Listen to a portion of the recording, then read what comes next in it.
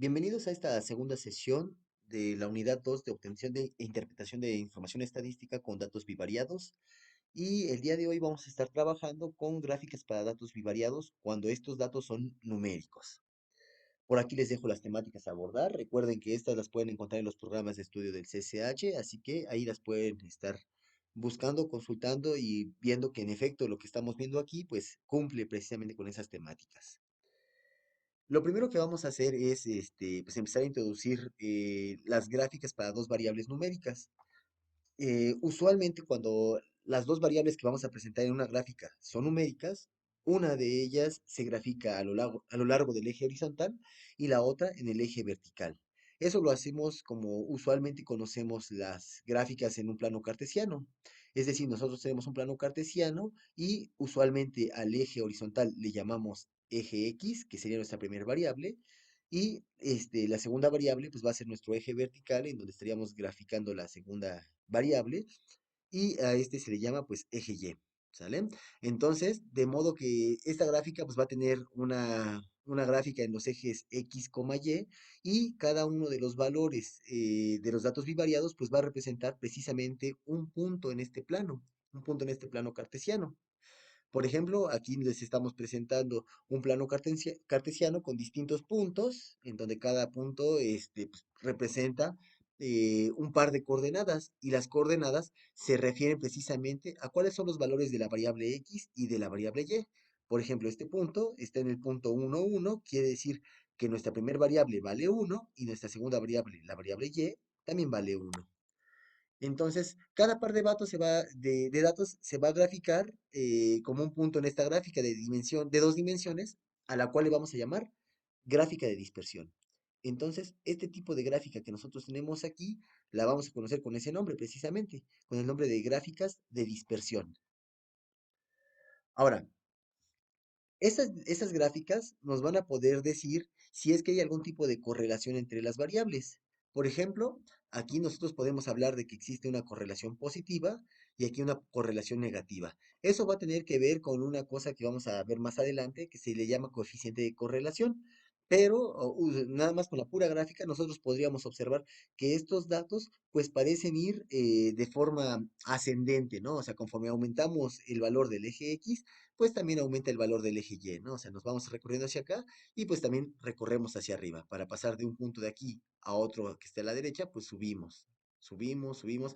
Entonces, esto pues parece ir hacia arriba, ¿no? Apuntar hacia arriba. Entonces, esta sería una correlación de tipo positivo y esta otra sería una correlación de tipo negativo. Conforme aumentamos el valor de X, el valor de Y tiene que disminuir. Entonces, de aquí, para pasar a este punto, aumentamos la X, pero disminuimos la Y. Mientras que va a haber otros tipos de variables o de datos bivariados en donde puede ser que no encontremos ningún tipo de correlación. Por ejemplo, en este caso que tenemos aquí, pues no parece haber una correlación ni positiva ni negativa, no parece haber una correlación de ningún tipo allí. Entonces podemos decir que esos datos no están correlacionados.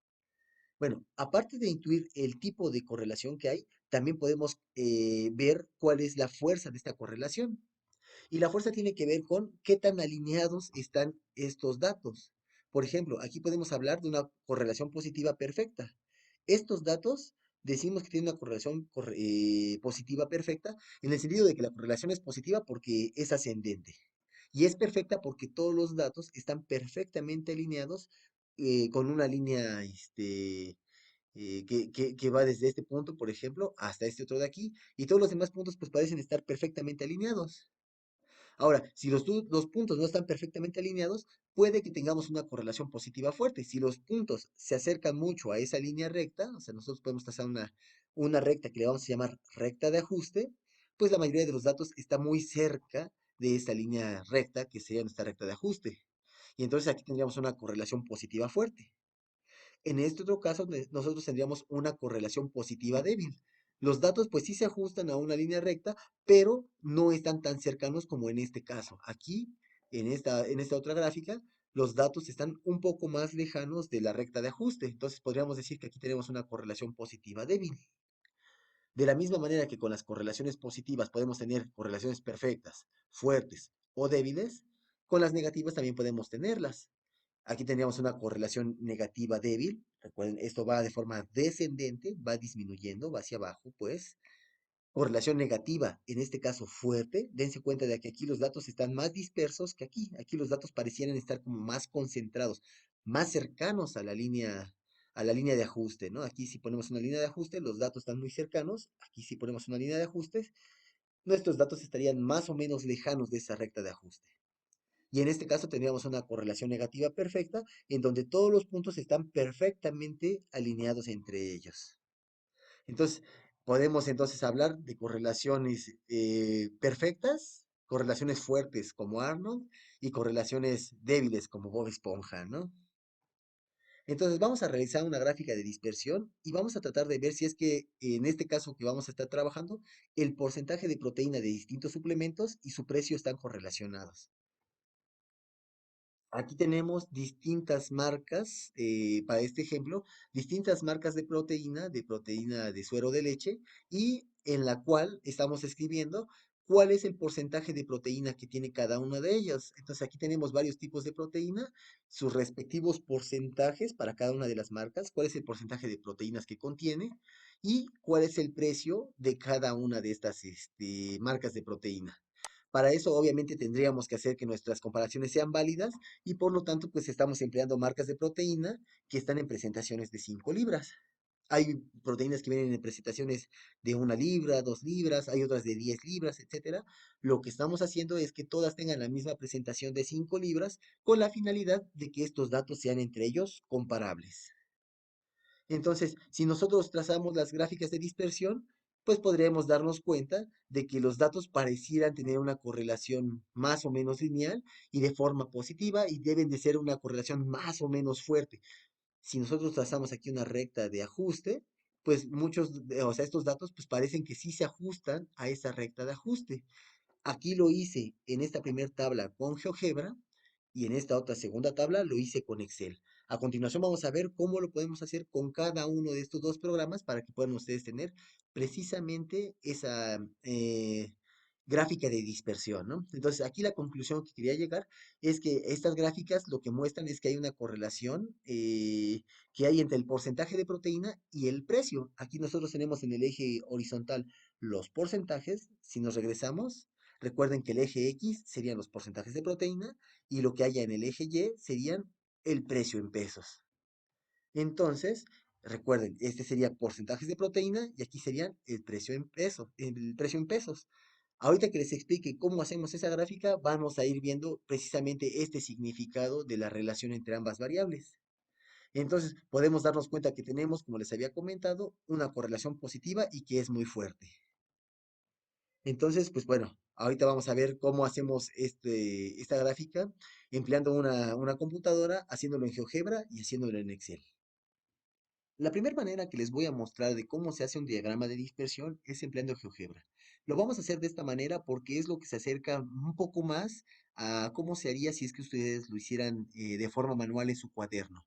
Es decir, esto de que vamos a hacer en ese momento es un poquito más artesanal y después ya vamos a pasar a hacerlo en Excel, en donde lo vamos a hacer de manera mucho más rápida, pero me interesa ahorita que quede claro el concepto.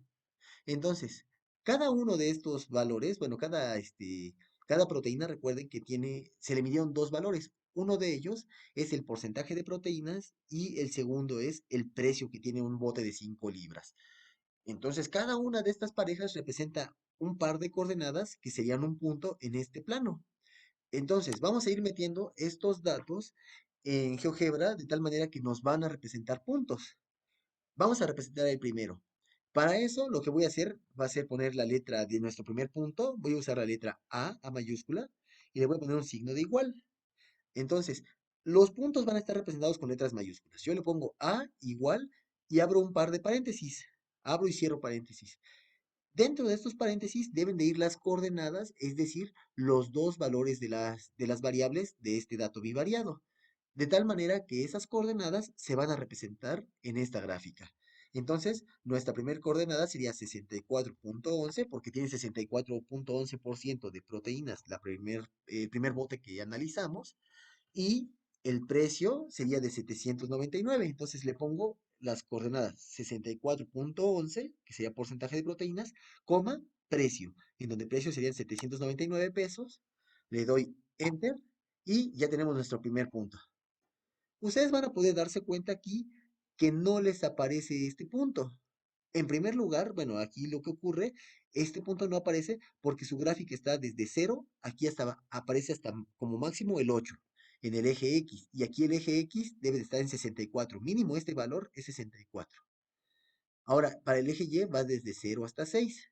Entonces, lo que voy a hacer es ajustar la ventana aquí de tal manera que lo que se muestre incluya este punto y obviamente los demás puntos pues se deben de ir incluyendo y si no, pues ajusto de nuevo mi ventana. Entonces, lo que voy a ir haciendo va a ser, le voy a dar clic derecho y en donde dice propiedades de objeto, le hago clic y aquí dense cuenta de que tenemos varias opciones y voy a utilizar esta que dice preferencias de vista gráfica. Y aquí en preferencias de vista gráfica le voy a poner cuáles van a ser nuestras opciones, cuál va a ser nuestro X mínimo, el valor mínimo de X. Esto lo pueden dejar así como está, ¿no? 4.3. El X máximo, recuerden que X es porcentajes. El máximo porcentaje que puede tener una proteína, pues van a ser 100%, ¿no? O sea, no va a haber una proteína que tenga 120% de proteína, porque el máximo que va a tener, pues todo es proteína, y eso sería 100%. Entonces le voy a poner hasta 100.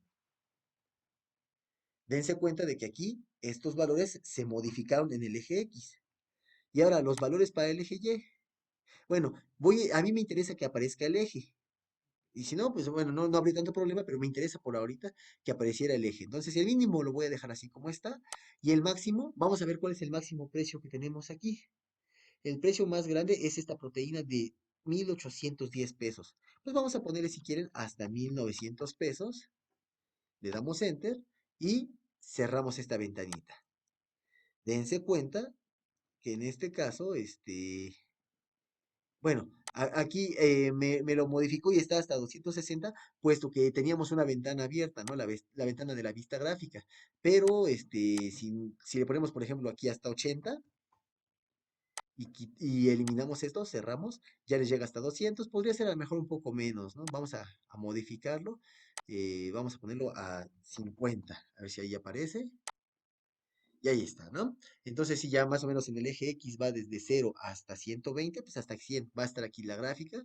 Y para el precio va a ser desde 685, que es la más barata. 685 va a estar más o menos por aquí, hasta 1810, que es la más cara. Hasta por aquí va a estar la más cara, ¿no? Entonces, aquí la gráfica va a estar en esta zona. Ya tenemos nuestro primer punto. Para el segundo punto le ponemos B igual, abrimos nuestros paréntesis y adentro ponemos las coordenadas 52.63,685.